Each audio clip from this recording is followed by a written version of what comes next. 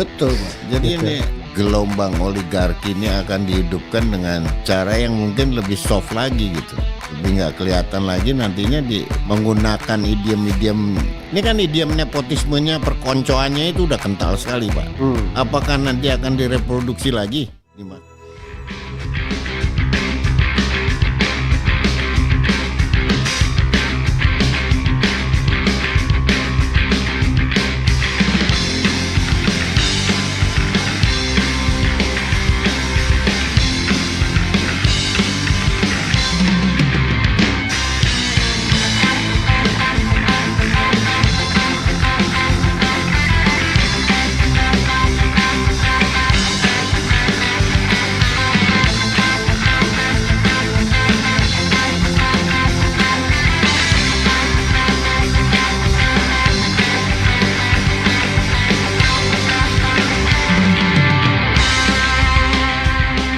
Kalau kita kaitkan dengan Prabowo ya, dulu kita punya presiden yang high profile juga selain Bung Karno tentunya untuk dunia internasional, Gus Dur. Within 2 years ya, less than 2 years, kurang dari 2 tahun, Gus Dur berkeliling dunia. Betul. Dan bicara. Adi Masardi saya ingat betul, dia mengatakan begini, saya sedih kadang-kadang kalau ngikutin Gus Dur. Satu presidennya buta, kemudian kursi roda kan begitu. Tapi begitu dia bicara di forum internasional ada perasaan kebanggaannya. Karena Gus Dur even in English, dalam bahasa Inggris dia masih bisa bikin joke dia. Joke-joknya kan. Dan bahkan konon katanya Bill Clinton sendiri ketawa gitu. Iya. Ketawa ngakak dengan Gus Dur. Nah, luar biasa, tapi sayang memang singkat sekali, ya kan? Nah, itu ada high profile. Nah, sekarang kalau kita balikan ke Prabowo, menurut Pak Pli apa yang nanti akan dilakukan Pak Prabowo? Ya, saya kira dia akan sangat menikmati panggung-panggung internasional. Saya membayangkan kan, tidak seperti Jokowi yang tidak menikmati. Apalagi nanti kalau permasalahan dalam negeri merusak, dia lebih suka dia escape ke internasional. Itu yang saya khawatirkan. Pak Pli silakan dieksplor. Sama menurut saya calon nanti ini setelah dilantik 20 Oktober ya. Itu pasti berbeda sekali tampilannya dengan yang sebelumnya ini.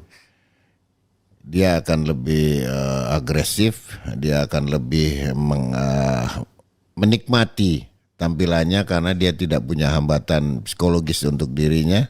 Berbicara maupun berteman dengan segala bangsa segala pemimpin dunia itu dia percaya dirinya besar. Termasuk dari segi kekayaan juga dia santai aja. Jadi bobotnya tuh lebih ada, Pak. Kalau yang satu bobotnya itu kan dibuat. Quality. Kualitas tampilan itu dibuat semua. Kalau ini tidak genuine lah. Tidak genuine karena ada layer-layernya. Gini hanya buka aja salaman nanti kami yang meneruskan kan begitu. Kami yang membuat detail-detailnya. Jadi banyak sekali juga yang terlupakan kalau sudah seperti itu. Dan apakah dia concern terhadap apa yang sudah dia lakukan kan kita nggak tahu juga, Pak. Iya, karena dia tidak menyampaikan dari pikiran dan hati nuraninya, dia menyampaikan dari laptop yang dituliskan. Ditulis semua. Kan kita lihat kan misalnya dia melakukan bilateral meeting, kan? Ini kalau nggak salah dengan Presiden Amerika dengan Biden ya. Ini lalu kemudian ini lalu dia mengungkapkan dia baca laptop. Setelah itu udah. Itu sepertinya cuma untuk kebutuhan sesaat saja. Iya, sesaat aja. Kebutuhan sesaat yang untuk sorotan media aja gitu. Sebetulnya memang itu juga normal-normal aja gitu diatur gitu kalau kita percaya ini punya credibility kan. Persoalannya credibility-nya ini yang diragukan. Artinya kalau misalnya punya kemampuan, kapasitas, kredibilitas, orang lihat salaman selesai, udah. Tapi orang udah percaya bahwa dia memang punya kemampuan diplomasi yang mengesankan. Ya ini untuk para buzzer ya, kita bukan sentimen tapi prihatin. Boro-boro kita iri, prihatin gitu. lihat tampilan internasional ini. Yang presiden yang sekarang ya masih berkuasa sekarang. Apalagi Pak Pri yang mau Pak Pri observasi. Jadi biar feel free untuk mengobservasi.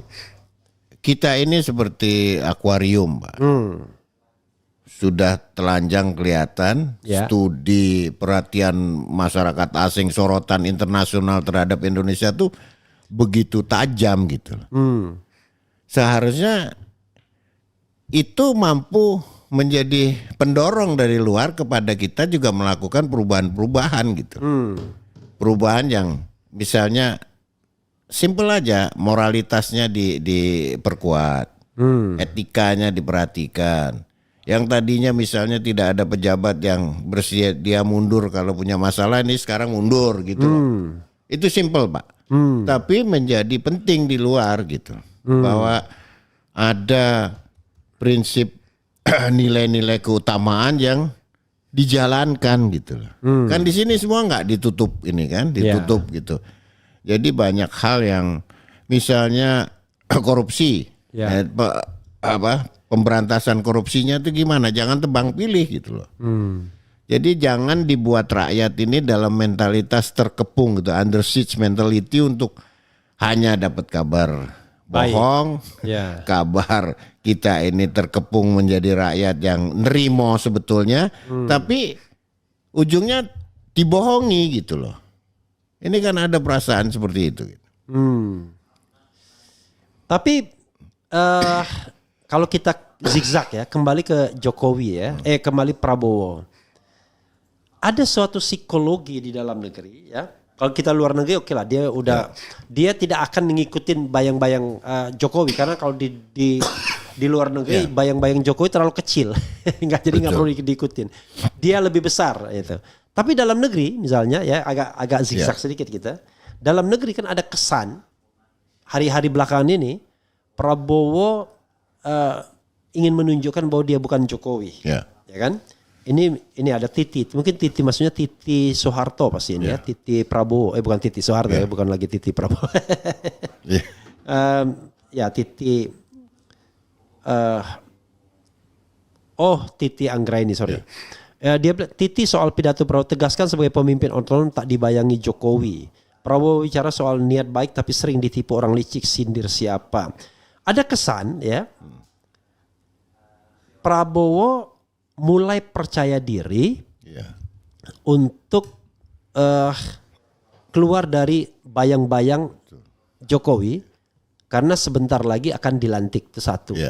Yang kedua, dia dalam tanda kutip mulai ingin menjauh dari Jokowi, pro ke rakyat karena khawatir barangkali akan terjadi reformasi jilid 2 kalau kemarin dilanjutkan. Dieksplor Pak Pli soal ini. Ya, saya tetap dengan perspektif internasionalnya juga betul. Ya. Jadi satu hal yang di reputasi dia akan terangkat bila dia Pak Prabowo ini nantinya tidak mereproduksi menjadi Jokowi kedua gitu. Ini kan mudah sebetulnya. Mudahnya tuh dalam arti bikin aja list yang rakyat mana yang tidak suka terhadap presiden yang sebelumnya kan. Misalnya tidak suka dibohongi, ya di list jangan berbohong lah gitu. Tidak bisa janji yang tidak ditepati misalnya, ditepati. Jadi ada pakem-pakem yang jelas gitu. Tidak perlu beliau susah payah menampilkan diri, genuine aja. Tapi tunjukkan berbedanya dengan yang sekarang ini gitu. Dibuat list aja apa yang kira-kira rakyat tidak suka sama sekarang ini. Nanti ke depan jangan dijalankan. Simple. Dan dia pasti didukung gitu. Tapi ada yang berat yang saya agak curiga bahwa dia tidak akan mampu melakukannya, yaitu memelihara demokrasi.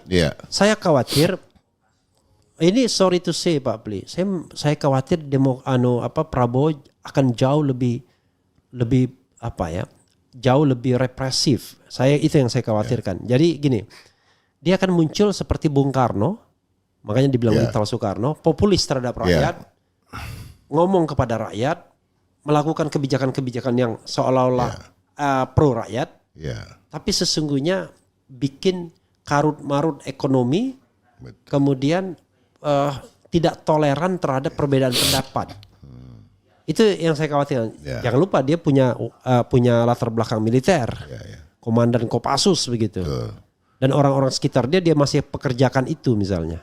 Ya, kalau saya untuk urusan itu agak nggak pesimis ya. Ya oke. Karena penjaganya banyak kan Oke. sekarang ini. Ya. Kalau dulu kita misalnya belajar politik itu demokrasi kan fourth elemennya ada media. Ya. Nanti ada fifth elemennya tuh sekarang ada Mahkamah Konstitusi, court segala macam yang Ya.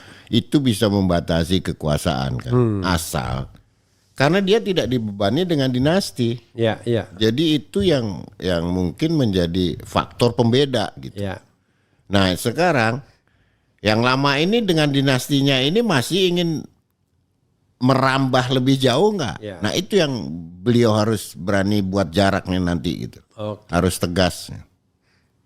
Ya, kalau kita bicara range-nya Jokowi misalnya, range-nya itu mulai dari yang basic, yaitu protection terhadap dia dan keluarganya setelah lengser, sampai kemudian tetap mengontrol negara. Itu kan range-nya lebar banget. Iya, itu lebar Makanya banget itu. dia mau pengen kuasai Partai Golkar, kemudian dia mau tempatkan anak cucunya di pemerintahan sebagai key person yang dia pelihara orang-orangnya misalnya. Sampai yang basicnya dia hanya sekedar ingin selamat dari hukuman rakyat. Betul, Pak. Jadi Gitu. ini gelombang oligarki ini akan dihidupkan dengan cara yang mungkin lebih soft lagi gitu. Lebih nggak kelihatan lagi nantinya menggunakan idiom-idiom. Ini kan idiom nepotismenya, perkoncoannya itu udah kental sekali, Pak. Apakah nanti akan direproduksi lagi di masa Pak ini? Ya. Nah, kalau itu nilai itu dan langkah itu masih dilakukan, ya bagaimana? Nepotisme, perkoncoan, komplot gitu untuk dalam satu bisnis, hanya orang-orang itu, diskriminatif pada orang-orang yang lain, ini yang menurut saya juga ancaman ke depannya gitu. Nah, kalau ini tadi masih terjadi, kan dia mereproduksi apa yang sudah ada. Melahirkan kembali yang sama. Pak Pli optimis dengan pemerintahan Prabowo ini. Sementara saya harus. Oke, gini. Mungkin kalau kita bicara ekonomi, kita nggak tahu. Saya pribadi nggak mau masuk wilayah itu. Ya, kalau kita bicara mengenai hukum, penegakan hukum dan politik, barangkali itu wilayah yang bisa kita perdebatkan. Optimis nggak soal penegakan hukum dan soal demokrasi politik? Ekonomi nggak? Jangan kita singgung. Kita nggak punya expertise di situ. Kalau bicara kembali seperti itu, saya melihatnya ada nanti tarikan eksternal yang kuat. Oke. Contohnya misalnya kita kan belum tahu nih krisis yang Iran, Israel, Houthi itu kapan meledaknya, eskalasinya seperti apa, berhentinya di mana, dan apa dampaknya kan Pak? Kita belum tahu. Nah, kalau ini elemen ini membuat keruh, termasuk sampai misalnya dolarnya naik gitu ya, sampai macet import kita karena kurang devisa duitnya nggak cukup gitu ya, devisa impornya untuk beli itu. Apakah ini tidak ada perubahan besar di kita gitu loh? Apakah benar nanti bisa dilantik 20 Oktober tuh misalnya contoh gitu, dengan simulasi kita keadaan yang begitu ekstrim misalnya, apakah sampai di situ gitu loh? Nah ini yang juga harus diantisipasi. Diantisipasi dalam arti rakyatnya yang harus lebih paham gitu. Karena kalau kita membiarkan mereka, ya mereka akan berjalan dengan agendanya sendiri kan. Ini sebagian warga ini kepentingannya tidak diwadahi baik, tidak diberikan kanal yang pas kan. Jadi kita agak pesimisnya tuh di situ. Ketika ada krisis tiba, apakah krisis ini bisa dibendung, tidak masuk mempengaruhi proses politik di dalam negeri. Nah itu Pak. Oke. Ya. Tapi kalau kita lihat tampilan personal ya, Ya. tampilan personal ini mungkin jelas ya. Ya. Tampilan personal memang yang membedakan Jokowi dan Prabowo ini kelihatannya ya. Kalau Jokowi apa yang dia ucapkan Tidak itu dilakukan. bukan belum Ya, tentu belum itu tentu. yang dia pikirkan. Iya. Betul. Tapi kalau Prabowo, apa yang dia ucapkan kelihatan itulah yang dia pikirkan. Ya. Bahayanya adalah ketika Anda punya lagi ada dirty mind, ya, mindnya lagi kotor, dia ucapkan itu, Iya. ya kan? Dan strong sekali. Jadi begitu pidato Prabowo itu dia langsung seperti Yang di senjata. PAN kemarin. Iya, Pidato iya di di PAN kemarin dia mengeluarkan statement-statement yang menurut saya wah ini bisa berbahaya sekali. Orang udah mulai takut nih sama Prabowo nih. Waduh jangan-jangan kita bakal otoriter nih. Contohnya misalnya dia banyak hal ya mengatakan soal diintelin ya. Prabowo jangan ngintel-ngintelin saya. Enggak enak itu. Iya. Oke. Dia sudah mulai menyerang lawan politiknya kan. Artinya dia sudah melakukan segregasi politik. Betul. Ada lawan politik saya. Padahal at the same time dia mengatakan kita harus bersatu untuk ini. Jadi beda kan gitu. Jadi di otaknya gitu. Prabowo bicara soal niat baik tapi sering ditipu orang licik. Nah, Misalnya gitu. Sindir siapa? Ada yang itu. Kemudian ada soal pidato Prabowo, tegaskan sebagai pemimpin otonom tak dibayangi Jokowi, ini penilaian ya. Jadi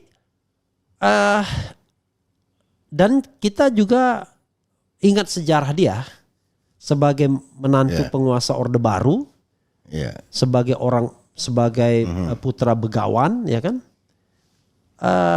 Saya terus terang saja, pada titik ini saya khawatir Prabowo akan bisa lebih ganas dibandingkan Jokowi dalam hal membungkam kebebasan bersuara untuk menggunakan aparat membungkam orang-orang yang kritis dengannya. Mudah-mudahan tidak, tetapi kan kita udah warning duluan. Silakan Pak Pli dan kemudian bikin closing statement. jadi saya masih optimis Pak. Oke. He will be better than before nih. Oke. Kedua, kalaupun ada, itu bibitnya dilakukan operator oleh di bawah dia, di luar dia kan. Kayak Bang Faisal kemarin sebut. Iya. Ada aktor D, aktor A, aktor J gitu misalnya. Nah tapi ini itu termasuk bagian Iya, ya. ini bagian dia mau. Jadi itu manajemen pengendalian. iya. Oke, silakan. Tapi apakah itu betul mampu menggiring dia untuk mengikuti mereka? Ini kan yang belum terbuka. Oke. Dan kemarin dibuktikan misalnya dengan langkah pidato dia yang di PAN itu dia menunjukkan ada jarak dengan situasi itu gitu. Orang nggak boleh dengan kekuasaan yang sedemikian luas, sedemikian dalam. Ya. Karena syahwat itu bisa berbahaya bagi bangsa, bagi persatuan bangsa. Itu sesuatu yang menurut saya menjadi alarm gitu. Oke, play the game tapi jangan sampai ke situ gitu. Jadi pemirsa, kita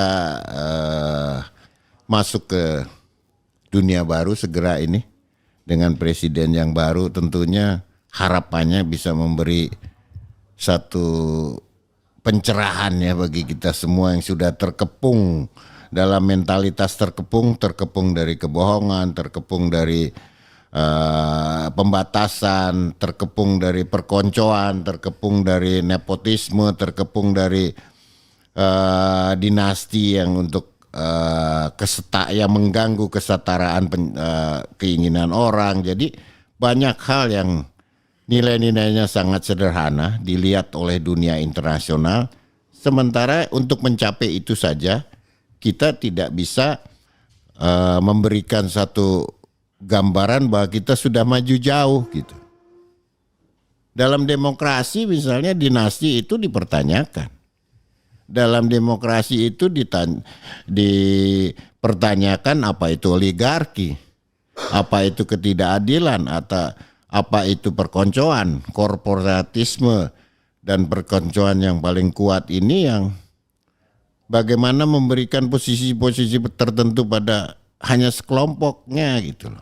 Sementara orang luar tidak masuk. Nah ini yang menjadi bibit penyakit bagi kita.